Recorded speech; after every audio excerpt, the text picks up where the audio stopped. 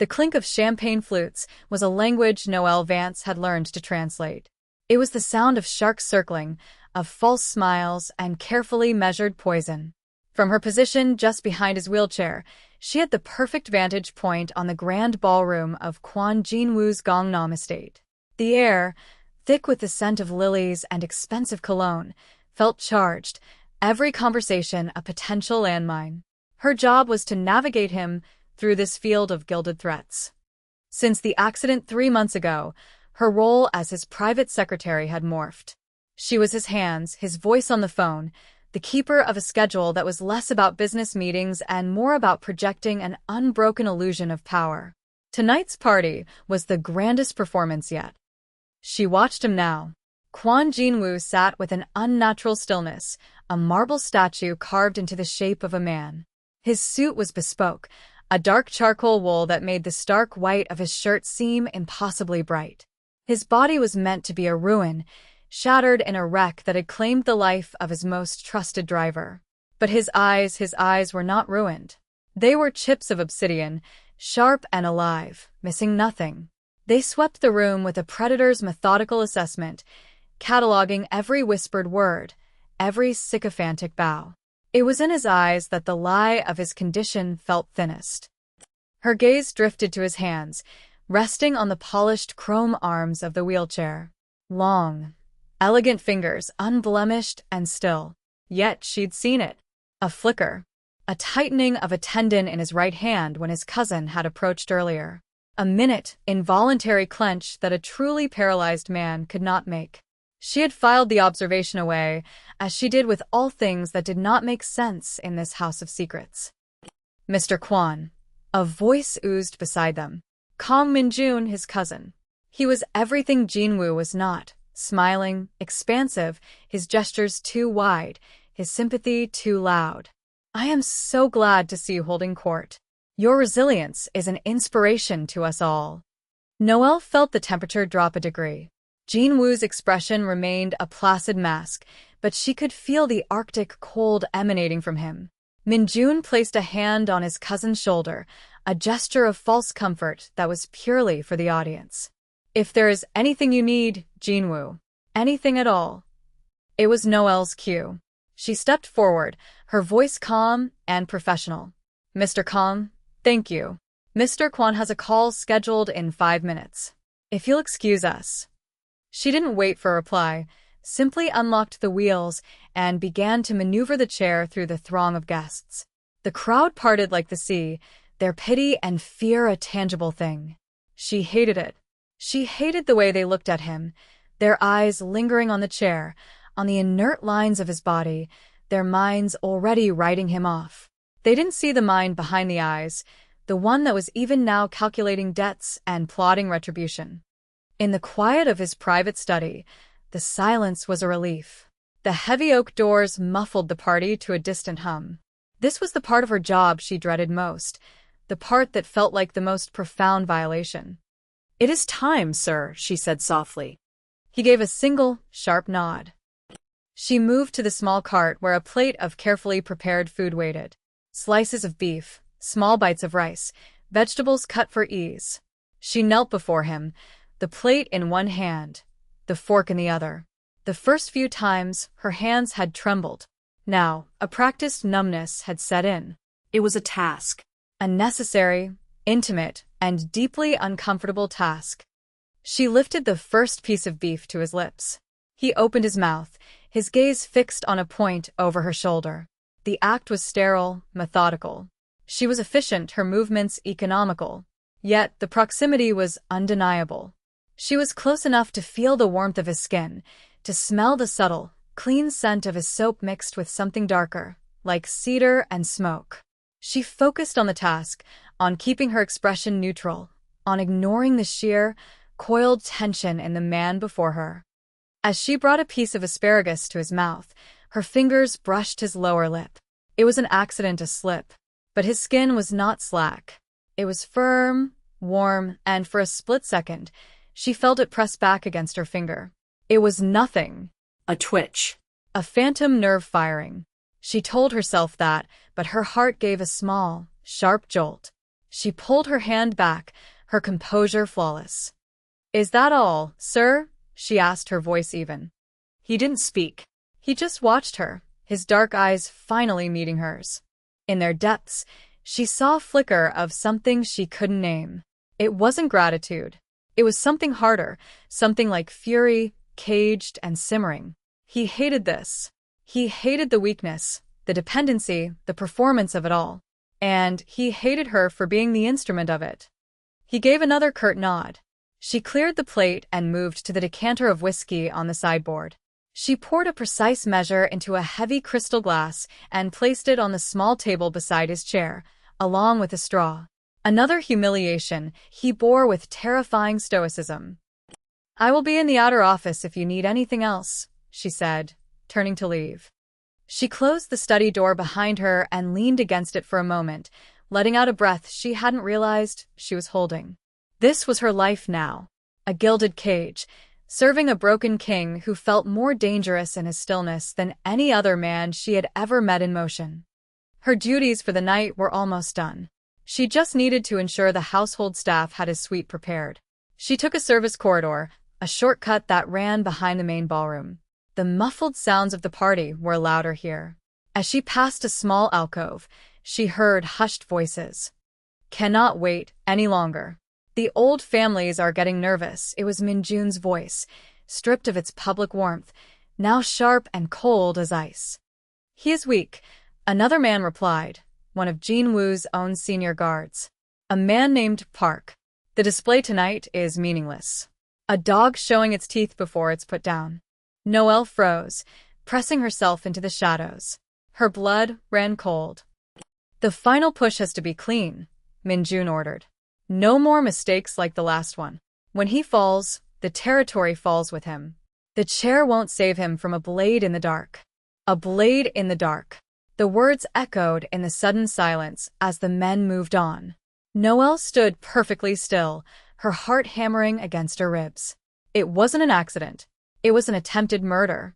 And this party, this entire charade, wasn't about recovery. It was a battlefield, and she was standing at its very center, the loyal attendant to a man everyone believed was already dead. The only question left was whether he was the target, or the bait in a trap of his own design. The knowledge was a physical weight. Every shadow in the mansion now seemed to hold a threat, every friendly face a potential mask for a traitor. To leave was impossible. She knew too much. To stay was to paint a target on her own back. She was no longer just an employee. She was a witness. Her interactions with Jinwoo became a tightrope walk. She performed her duties with the same seamless efficiency, but now, her senses were heightened. She was watching, always watching. She noticed the way his loyal head of security, a grim-faced man named Choi, never stood more than 10 feet from him. She saw how food was prepared by a single, trusted chef.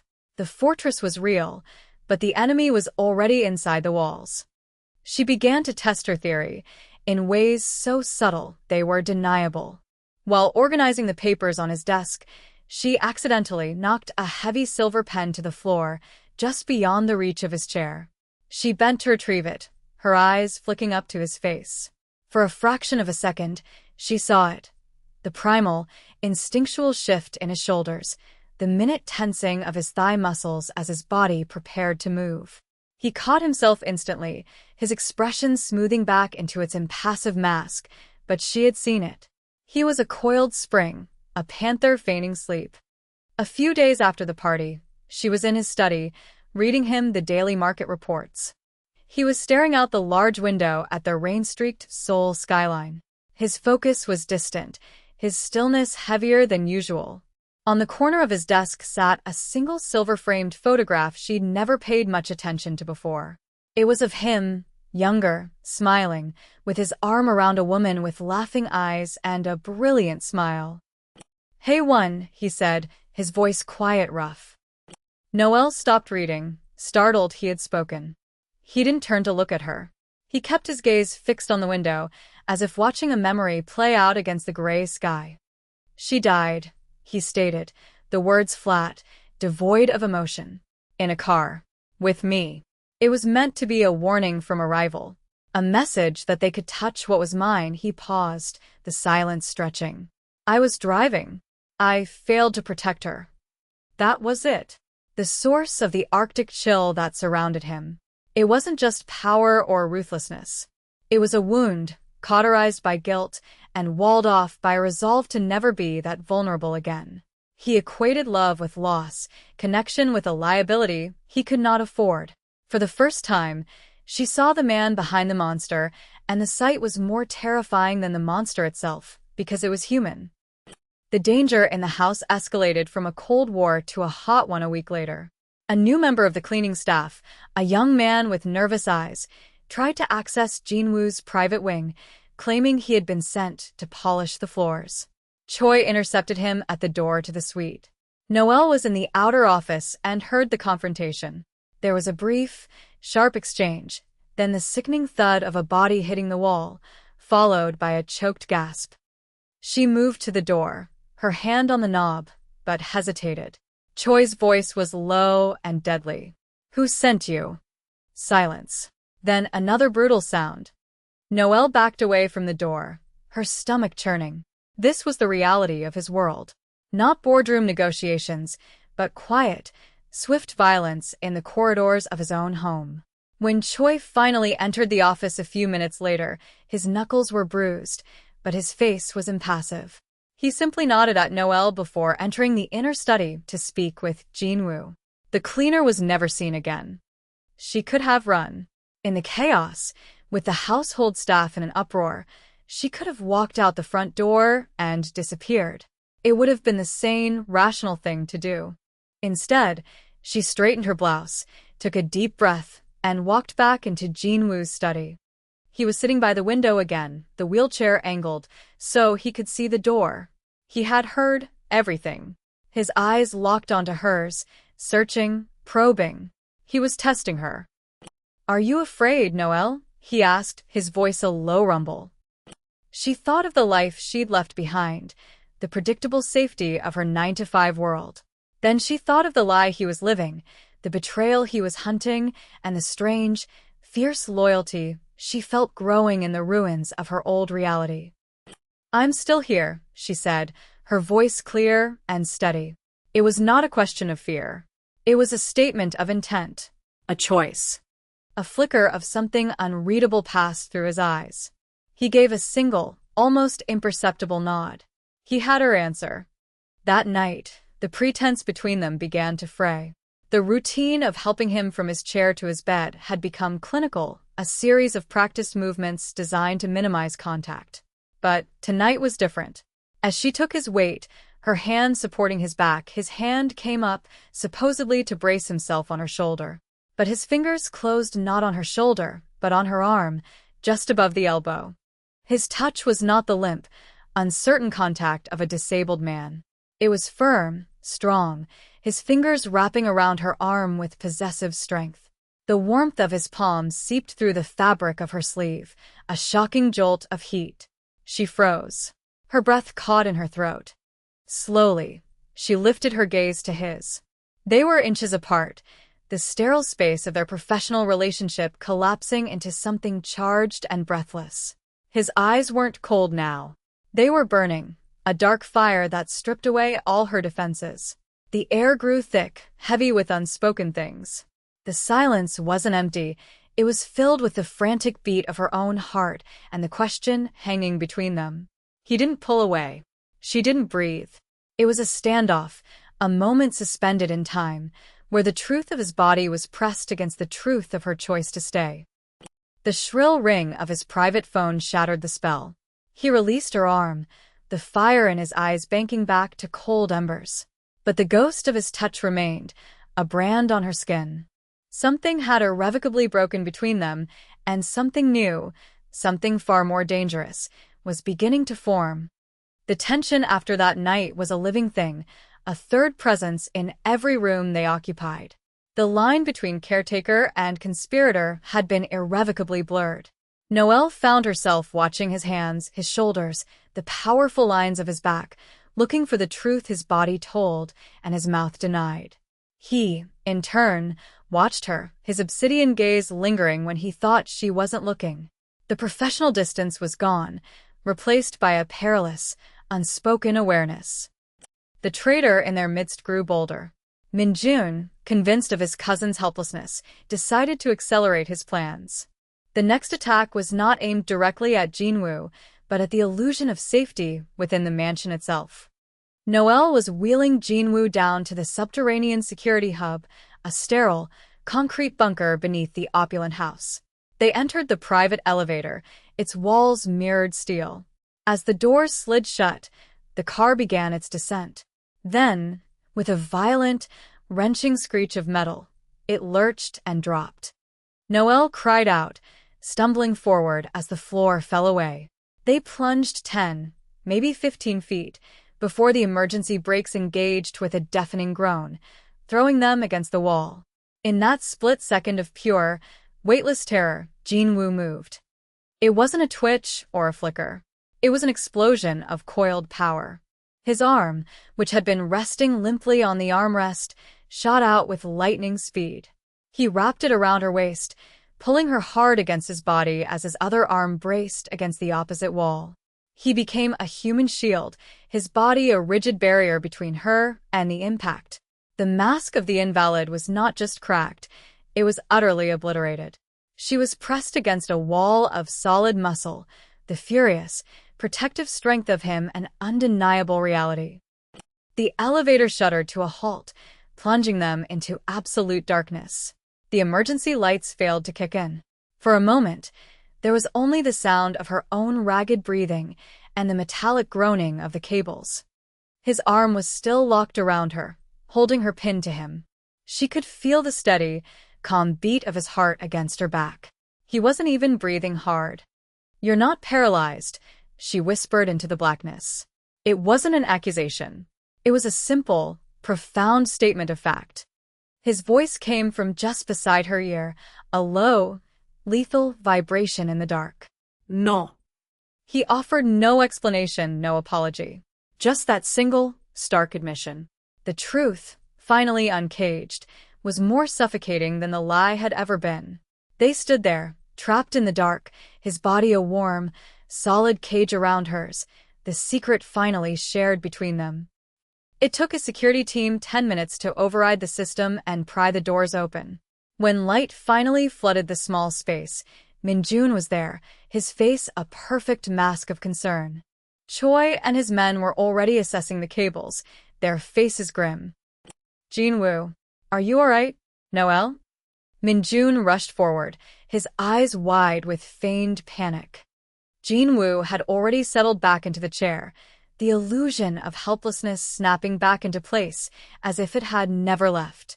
But Noelle could still feel the phantom strength of his arm around her. Minjun reached for her, his hand aiming for her arm in a gesture of comfort. "You must be terrified." Before his fingers could touch her skin, Noelle took a half step back.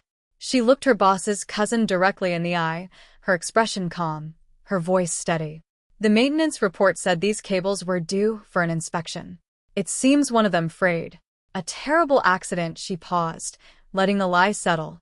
"Mr. Kwan was very brave. He kept me from falling." She had done it. She had chosen her side, not passively by staying, but actively by lying to the enemy's face. She had woven herself into the fabric of his deception. She was no longer just an observer. She was a player in the game. Later, the doors to his study were locked. The wheelchair sat empty in the corner, like a shed skin. Jinwoo was pacing the length of the room, the contained energy radiating from him, making the air feel thin. He moved with a fluid, predatory grace that was mesmerizing and terrifying. He was a king who had forgotten how to sit on a throne, comfortable only on his feet. He stopped directly in front of her, crowding her space. "Why did you lie for me?" he demanded, his voice low. "I don't work for your cousin," she said simply, lifting her chin to meet his intense gaze. "You should have run," he said, his voice dropping even lower. "The moment you knew the truth, you should have saved yourself." "And go where?" She shot back, a spark of defiance igniting in her. "To be hunted by your cousin for what I know? Or by you for what I saw?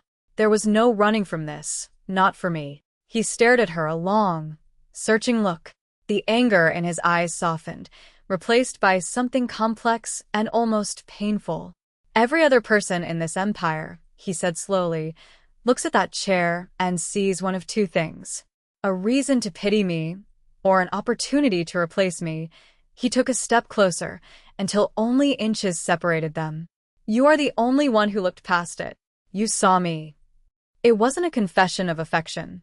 It was something far more raw, more dangerous. It was an admission of a connection forged in deception and hardened by shared danger.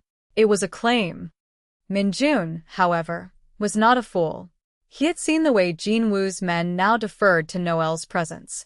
He had seen the look that passed between her and his cousin after the elevator incident. He understood that she was no longer just a secretary. She was a piece on the board, and potentially a weakness. He cornered her 2 days later. She had left the estate to pick up a rare manuscript for Jinwoo's collection, a rare moment of freedom. In the concrete silence of the underground parking garage, Minjun's car blocked hers. He didn't get out. His window slid down with a soft whir. "Noel," he said, his voice friendly. A word. He didn't threaten her with violence. His method was more insidious. He offered her a golden parachute. "My cousin's ship is sinking," he said, his smile never reaching his eyes. "Loyalty is a noble quality, but loyalty to a dead man is just foolish. I'm offering you a way out. A new identity, a bank account with more money than you've ever dreamed of. All you have to do is tell me what he's planning." He let the offer hang in the air. "The alternative is to go down with him. And his world is not kind to collateral damage." The threat was clear, wrapped in a silken promise. He was testing her allegiance, certain he could buy it. Noelle returned to the mansion, her hands steady on the steering wheel, her resolve like steel. She didn't go to her rooms. She went straight to the study, where Jinwoo was waiting. She didn't just report Minjun's offer. She dissected the encounter, relaying his exact words, the position of his hidden bodyguard, the confidence in his tone. "He told me the time and place of his meeting with the elders of the Choi family," she said, her voice quiet but firm. "He wanted to prove to me that his victory was inevitable." She looked Jinwoo in the eye. "He thinks you are weak, but his real mistake is thinking that I am." She had not only survived the threat, she had turned it into a weapon. She had brought him the final piece of the puzzle he needed to end the war. Jinwoo's countermove was swift, silent, and surgical. He laid out the plan, not as a boss giving orders, but as a general briefing his most trusted officer. He didn't tell her to hide or to wait. He gave her a role. "At precisely 10 o'clock, he said, handing her a satellite phone. "You will call this number. A man will answer. You will say one phrase. 'The cherry blossoms are late this year,' then you will hang up." Her action would trigger the second half of his trap, sealing Minjun's fate. She was not a bystander. She was an accomplice, her voice the signal that would unleash the violence. That night, as Jinwoo and his men left, the mansion fell into an eerie silence. Noelle sat in the study, the phone heavy in her hand, the empty wheelchair a silent monument to the lie that had brought them to this point. An open communication line lay on the desk, feeding her the sounds of the raid, shouts, the sharp, unmistakable crack of gunfire, then a sudden, chilling quiet. He was showing her everything. He was making sure she understood the price of his world. When he returned hours later, he was no longer the immaculate executive. His suit was gone, replaced by simple black trousers and a shirt. There was a darkness in his eyes, the deep shadow of a man who had just walked through hell and put his own house back in order. He didn't go to his office. He came to her. He stood before her, the silence stretching, thick with everything that had happened. He didn't thank her. He didn't have to. "Minjun offered you a new life," he stated, his voice a low rasp. "Money. Freedom. You came back."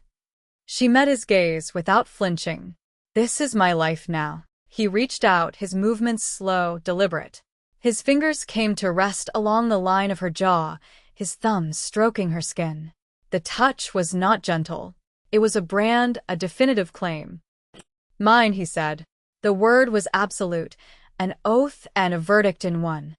The cost was clear. Her old life was a ghost, a memory of a person she no longer was. She had chosen this path, this man, this kingdom of shadows. For him, the cost was a resurrected vulnerability. He had let someone in, creating the one weakness he had sworn he would never have again. He didn't leave her. He walked to the vast window overlooking the glittering sprawl of Seoul, his empire laid out below. He was a king restored, his throne secure. After a long moment, he turned his head slightly, his gaze finding hers in the reflection. He gestured to the plush armchair near the window. It wasn't an order. It was an invitation. Not to serve him, but to join him. Noelle rose and crossed the room, the soft carpet silencing her footsteps. She sat, a queen ascending to a throne she never sought. He remained standing beside her, a dark sentinel, his presence a shield and a cage. The war with his cousin was over, but the story between them, the dangerous, intoxicating truth of it, was just beginning.